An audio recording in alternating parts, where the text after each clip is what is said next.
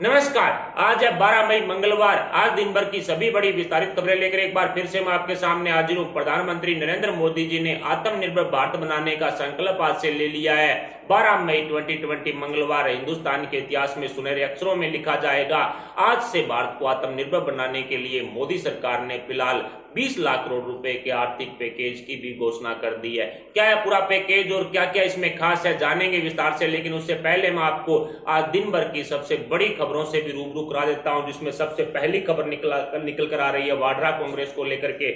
बौखलाई वाड्रा कांग्रेस को कांग्रेसी नेताओं ने एक से बढ़कर एक झटके देने हैं वो शुरू कर दिए हैं। जब से ज्योतिरादित्य सिंधिया मध्य प्रदेश कांग्रेस छोड़कर बीजेपी में शामिल हुए हैं, उसके बाद से ही कांग्रेसी नेताओं में ये पार्टी को लेकर के घुटन है वो महसूस हो रही है, या यूं कहें कि युवा नेता कांग्रेस के पूरी तरह से वो घुटन महसूस कर रहे हैं कांग्रेस के अंदर, या फिर वो नेता जो राष्ट्रहित के मुद्दों को लेकर के थोड़ी अच्छी सोच रखते हैं, उन नेताओं में भी, कांग्रेसी नेताओं में पार्टी के अंदर घुटन है वो हो रही है। इसी को लेकर के लोकसभा प्रतिपक्ष नेता अधीर रंजन चौधरी अब मोदी समर्थक हो गए हैं। वैसे तो घाटी से धारा 370 हटाने के बाद अमित शाह और प्रधानमंत्री नरेंद्र मोदी जी पर खूब बरसे थे अधीर रंजन चौधरी, लेकिन फिलहाल प्रधानमंत्री नरेंद्र मोदी जी के काम के तरीके को देख करके और प्रधानमंत्री नरेंद्र मोदी जी की देश दुनिया के अंदर बढ़ती लोकप्रियता को देख करके अधीर रंजन चौधरी मोदी जी के मुरीद हो चुके हैं। अब मोदी जी की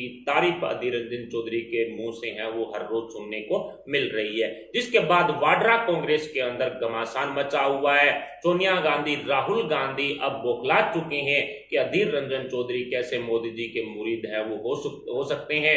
मोदी जी के समर्थक अब अधीर रंजन चौधरी हो चुके हैं। ऐसे में अब एक एक करके कई कांग्रेसी नेता हैं वो कांग्रेस छोड़कर बीजेपी में शामिल हो सकते हैं। मोदी जी के समर्थक वो भी बन सकते हैं।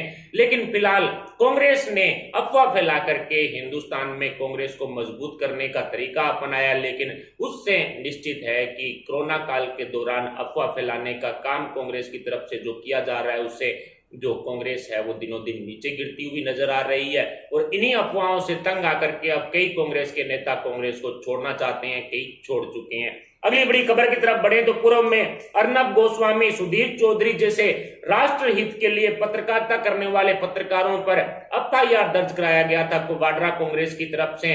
केरल के अंदर सुधीर चौधरी के ऊपर जो एफआईआर दर्ज कराया गया था, और फिलहाल संबित पात्रा के ऊपर जो कांग्रेस की तरफ से एक बार दोबारा जो एफआईआर दिल्ली के अंदर दर्ज करवाया गया, उसका कारण ये था मध्य प्रदेश कांग्रेस की तरफ से सफाई दी गई थी, जिसमें बीजेपी प्रवक्ता ने जवाब दिया, और उसी जवाब को लेकर के कांग्रेस ने दिल्ली के अंदर बीजेपी प्रवक्ता संबित पात्रा के ऊपर मुकदमा है वो दर्ज करा दिया है, एफआईआर दर्ज करा दिया गया है। एमपी कांग्रेस ट्वीट करते हुए लिखती है कि आज देश में कांग्रेस सरकार होती तो टेस्ट, उपचार, राहत, टेक्निकल, इसमें दुनिया में सबसे आगे होता भारत।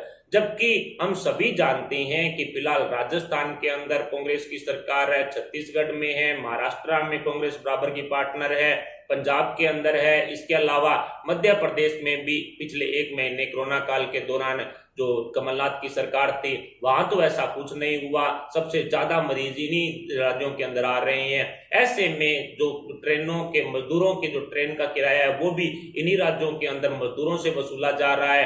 तब आप कहां थे? इसका जवाब देते हुए संबित पात्रा ने लिखा कि यदि कांग्रेस की सरकार हिंदुस्तान के अंदर होती कोरोना काल के दौरान तो 5,000 करोड़ रुपए का मास्क घोटाला हुआ होता, 70,000 करोड़ रुपए का टेस्ट किट घोटाला हुआ होता, 20,000 करोड़ रुपए जवाहर सैनिटाइजर घोटाला अब तक हो गया होता, 26,000 करोड़ रुपए का राजीव गांधी वायरस रिसर्च घोटाला हो गया होता। इस तरह का जवाब संबित पात्रा की तरफ से दिया गया। तो उसके बाद बौखलाई कांग्रेस ने संबित पात्रा पर भी जो एक तरह से एफआईआर दिल्ली के अंदर दर्ज है वो करा दी है, और अपने जो ये तथाकथित प्रधानमंत्री थे, पूर्व प्रधानमंत्री रहे हैं, इनकी जो बेइज्जती करने का जो आरोप है वो संबित पात्रा पर लगाया गया है। कुल मिलाकर के घोटालों को लेकर के कांग्रेस ही सबसे ऊपर है, हिंदुस्तान के अंदर सबसे ऊपरी पार्टी है।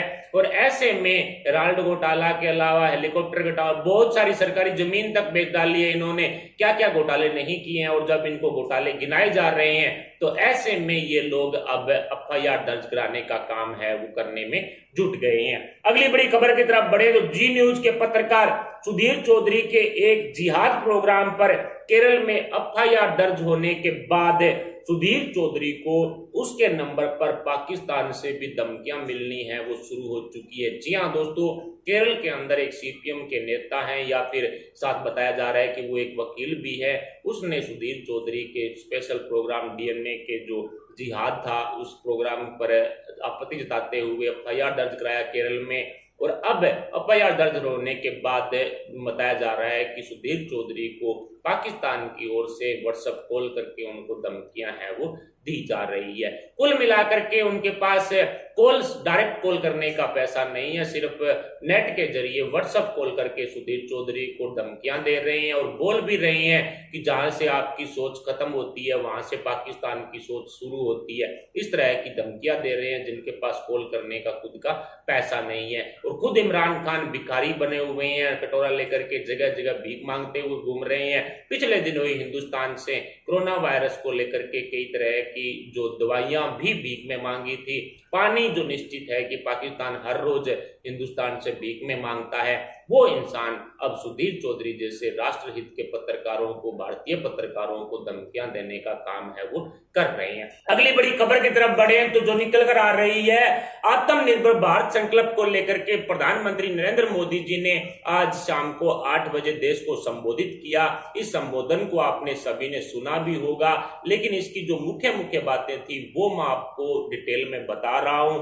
इसके लिए आत्मनिर्भर भारत संकल्प के तहत भारत को आत्मनिर्भर बनाने का जोर प्रधानमंत्री नरेंद्र मोदी जी की तरफ से दिया गया है। और इसके लिए हिंदुस्तान की जीडीपी का 10% यानी कि 20 लाख करोड़ रुपए का आर्थिक पैकेज भी हिंदुस्तान की जनता को दिया गया है, जिसमें किसान, मजदूर, गरीब परिवार, मध्यम वर्ग, लघु उद्योग, बड़े उद्योग, अन्य कई तरह के जो उद्योग हैं वो सभी शामिल हैं। और करोड़ों लोगों की आजीविका का साधन चलाने वाले इन उद्योगों के लिए और आम नागरिकों के लिए 20 लाख करोड़ रुपए का पैकेज भारत ने दिया है। प्रधानमंत्री नरेंद्र मोदी जी ने बताया कि निर्मला सीतारमण वित्त मंत्री हैं, वो कल से अगले एक हफ्ते तक इसकी जानकारी, इस पैकेज की, आर्थिक पैकेज की जानकारी है वो जनता को मुहैया करवाएगी। वो बताएंगी कि किस तरह से किस सेक्टर को कितना कितना रुपया है वो दिया गया है। कुल मिलाकर के आत्मनिर्भरता को बढ़ावा देने के लिए इस आर्थिक पैकेज की घोषणा मोदी सरकार द्वारा की गई है। गरीबों के लिए भी विशेष ऐलान करने की बात प्रधानमंत्री नरेंद्र मोदी जी ने कही है कि गरीबों के लिए भी इस स्पेशल आर्थिक पैकेज के अंदर काफी कुछ है वो मिलेगा। कोरोना वायरस जैसी महामारी के संकट में लोकल मैन्युफैक्चरिंग प्रोडक्ट ने देश को बचाया है, इसलिए आज हिंदुस्तान को आत्मनिर्भर बनाना है वो बहुत जरूरी हो गया है। प्रधानमंत्री नरेंद्र मोदी जी ने बताया कि जो पीपी किट हम एक भी हिंदुस्तान में नहीं बनाते थे, जो 90 मास्क हैं वो भी नहीं बनाते थे, वो भी आज हिंदुस्तान में 2 लाख रोज पीपी किट बन रही है। 2 लाख से ज्यादा जो मास्क हैं वो बन रहे हैं। ऐसे में अब भारत को आत्मनिर्भरता ने ही बचाया है। अपने खुद के जो प्रोडक्ट थे उन्होंने ही हिंदुस्तान को इस कोरोना काल के दौरान, इस कोरोना वायरस जैसी महामारी से बचाया है। इसलिए अब हिंदुस्तान को एक तरह से आत्मनिर्भर होना है वो जरूरी हो गया है। और इसके अलावा भी ग्लोबल प्रोडक्ट हैं वो देश के किसी भी काम नहीं आए हैं। जिस तरह से चीन से जो किट आई थी, रैपिड किट वगैरह, वो भी खराब निकली थी काफी ज्यादा। इसको लेकर के भी आपको पता है 200 रुपए की किट, 245 रुपए की किट 600 रुपए में जो आईसीएमआर को बेची जा रही थी। इस तरह की कुछ बातें सामने आई। उसके बाद प्रधानमंत्री नरेंद्र मोदी जी ने खुद भारत को ही आत्मनिर्भर बनाने का संकल्प है वो ले लिया है। और ये हिंदुस्तान के लिए बहुत बड़ी उपलब्धि है वो मानी जा सकती है। या यूं कहें कि कांग्रेस की तरफ से जो आरोप लगाए जा रहे थे उनका जवाब भी प्रधानमंत्री नरेंद्र मोदी जी ने आज अपने संबोधन में दे दिया है। यानी कि 1000 से ज्यादा विदेशी कंपनियां जो चीन से अपना व्यापार समेटकर हिंदुस्तान में व्यापार शुरू करने वाली थी, उनको लेकर के कांग्रेस अफवाह फैला रही थी कि ये सब झूठ है, कोई विदेशी कंपनियां नहीं आ रही है। लेकिन आज जिस तरह से प्रधानमंत्री नरेंद्र मोदी जी ने अपने संबोधन में दावे के साथ आत्मनिर्भर बनाने की बात कही है भारत को, उससे स्पष्ट है कि वाकई में ही काफी ज्यादा जो कंपनियां, विदेशी कंपनियां मैन्युफैक्चरिंग हब हिंदुस्तान को बनाना चाहती है। इन कंपनियों के अंदर मोबाइल मेकिंग, इसके अलावा इलेक्ट्रॉनिक मेकिंग, फार्मा मेकिंग, इसके अलावा जो बीमा कंपनियां वगैरह, यानी कि काफी ज्यादा कुछ इन कंपनियों के अंदर मौजूद है। और 1000 से ज्यादा कंपनियां हिंदुस्तान में अपना व्यापार शुरू करना चाहती है, हिंदुस्तान को अपना मैन्युफैक्चरिंग हब बना रही है, जिससे हिंदुस्तान के काफी लोगों को रोजगार भी मिलेगा। और अब जिस तरह से प्रधानमंत्री नरेंद्र मोदी जी ने बताया कि अब हिंदुस्तान के हर सामान के अंदर जो हिंदुस्तान के मजदूर की खुशबू है वो आनी चाहिए, हिंदुस्तान की मिट्टी की महक आनी चाहिए, ऐसे में उनका जो संदेश है वो स्पष्ट है कि इन विदेशी कंपनियों के अंदर अब हिंदुस्तान के मजदूर हैं वो काम करेंगे, हिंदुस्तान के कर्मचारी काम करेंगे, उनके द्वारा बनाए गए प्रोडक्ट अब हिंदुस्तान यूज करेगा। यानी कि कुल मिलाकर के प्रधानमंत्री नरेंद्र मोदी जी ने स्पष्ट संकेत है वो दे दिए हैं कि आने वाले समय के अंदर लॉकडाउन 4.0 खत्म होने के बाद निश्चित है कि हिंदुस्तान में जो विदेशी कंपनियां हैं वो अपना व्यापार शुरू करेगी और हिंदुस्तान को आत्मनिर्भर बनाने की कोशिश है वो की जाएगी और इसमें हम जरूर कामयाब होंगे। इस तरह की बात प्रधानमंत्री नरेंद्र मोदी जी बोल चुके हैं। इसके साथ साथ ही उन्होंने चाइनीज कुछ नाम भी लिए थे, यानी कि चाइनीज कंपनियों के जो इस तरह से अपने यूज करते हैं हिंदुस्तान के अंदर, उनका कहीं ना कहीं बहिष्कार करने की तरफ भी थोड़ा बहुत ध्यान है वो प्रधानमंत्री नरेंद्र मोदी जी ने हिंदुस्तान की जनता की तरफ दिखाया है। यानी कि अब चाइनीज कंपनियों का सामान हमें बहिष्कार करना ही होगा, चीन जैसे ड्रैगन को सबक सिखाने के लिए भी और भारत को आत्मनिर्भर बनाने के लिए भी। कुल मिलाकर के स्पष्ट है कि प्रधानमंत्री नरेंद्र मोदी जी इस आर्थिक पैकेज के जरिए हिंदुस्तान को आत्मनिर्भर बनाने पर जोर दे रहे हैं और उसके साथ ही लॉकडाउन 4.0 यानी कि जो 18 मई के बाद 17 मई के बाद नया जो लॉकडाउन जारी होगा उसके बारे में भी प्रधानमंत्री नरेंद्र मोदी जी ने थोड़े संकेत भी दिए और बताया कि नए रंग रूप वाला 18 मई से जो नए नियमों के साथ लॉकडाउन जारी होगा उसका जो नियम कायदे हैं वो 18 मई से पहले आपको बता दिए जाएंगे। और सभी राज्यों के मुख्यमंत्रियों से बातचीत करने के बाद सभी राज्यों के मुख्यमंत्रियों ने जो सुझाव दिए हैं उसके बाद लॉकडाउन 4.0 को जारी किया जाएगा, नए नियमों वाला होगा। और इस बार निश्चित है कि आर्थिक व्यवस्था सुधारने के लिए, आर्थिक दृष्टि से मजबूत होने के लिए लॉकडाउन 4.0 के लिए अलग से नियम है वो बनाए जाएंगे। कुल मिलाकर के 18 मई से पहले इनके नियमों यानी लॉकडाउन 4.0 के नियमों की जानकारी हिंदुस्तान की जनता को मुहैया है वो करवा दी जाएगी। अगली बड़ी खबर की तरफ बढ़े। उद्धव ठाकरे की सीएम कुर्सी को बीजेपी का समर्थन है वो मिल चुका है। जी हाँ दोस्तों, प्रधानमंत्री नरेंद्र मोदी जी से बातचीत होने के बाद और बीजेपी के नेताओं के साथ मीटिंग होने के बाद उद्धव ठाकरे के तेवर हैं वो बदल चुके हैं। सोनिया गांधी ने जिस तरह से 2 एमएलसी सीटों के लिए अड़ी लगाई थी, एक तरह से अड़ियल रूप अपनाया था, उसको लेकर के भी उद्धव ठाकरे ने कड़े शब्दों में सोनिया गांधी को जवाब दिया। तो उसके बाद सोनिया गांधी ने डरकर एक सीट से अपना नामांकन है वो वापिस ले लिया। यानी कि अब 2 एमएलसी सीटों पर नहीं बल्कि कांग्रेस सिर्फ एक ही एमएलसी सीट पर चुनाव लड़ेगी। 14 मई को नामांकन का जो नाम वापिस उठाने की तारीख है, ऐसे में 14 तारीख को क्लियर होगा कि कितने फॉर्म है वो 9 सीटों के लिए बचे हैं। लेकिन प्रधानमंत्री नरेंद्र मोदी जी से मुलाकात के बाद और जो बैठकों के बाद बीजेपी के नेताओं के साथ ये तो क्लियर हो चुका है कि बीजेपी अब उद्धव ठाकरे को कहीं ना कहीं सपोर्ट करने की बात कह चुकी है, समर्थन देने की बात कह चुकी है, जिसके बाद से ही जो निश्चित है कि उद्धव ठाकरे के तेवर हैं वो बदल चुके हैं। और अब एक तरह से माना जा सकता है कि शिवसेना या फिर उद्धव ठाकरे वो उद्धव ठाकरे नहीं रहे जो मुस्लिमकरण की कांग्रेस नीति को अपना चुके थे।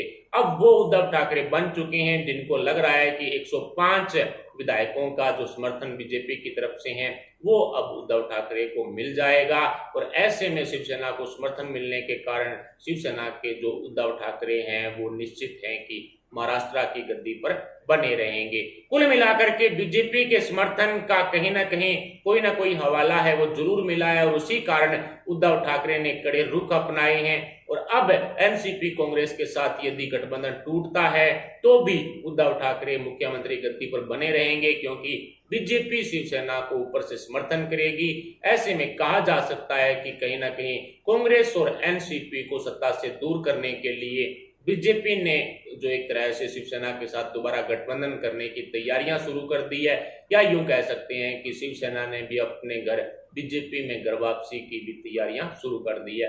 अभी तक एनसीपी कांग्रेस के साथ शिवसेना गठबंधन में है, लेकिन आने वाले दिनों के अंदर यदि कुछ गेम बिगड़ता है तो निश्चित है शिवसेना है वो एनसीपी कांग्रेस के साथ गठबंधन तोड़ देगी। ऐसे में नया गठबंधन बन करके शिवसेना बीजेपी की नई सरकार है वो बन सकती है। फिलहाल इन सभी खबरों पर आपके क्या विचार है? प्रधानमंत्री नरेंद्र मोदी जी के आत्मनिर्भर भारत संकल्प पर आपका क्या कहना है? आप अपने विचार हमें कमेंट बॉक्स में बता सकते हैं। साथ ही वीडियो को लाइक जरूर कर दीजिएगा, चैनल को सब्सक्राइब करके पास वाला बेल आइकन भी दबा दीजिएगा।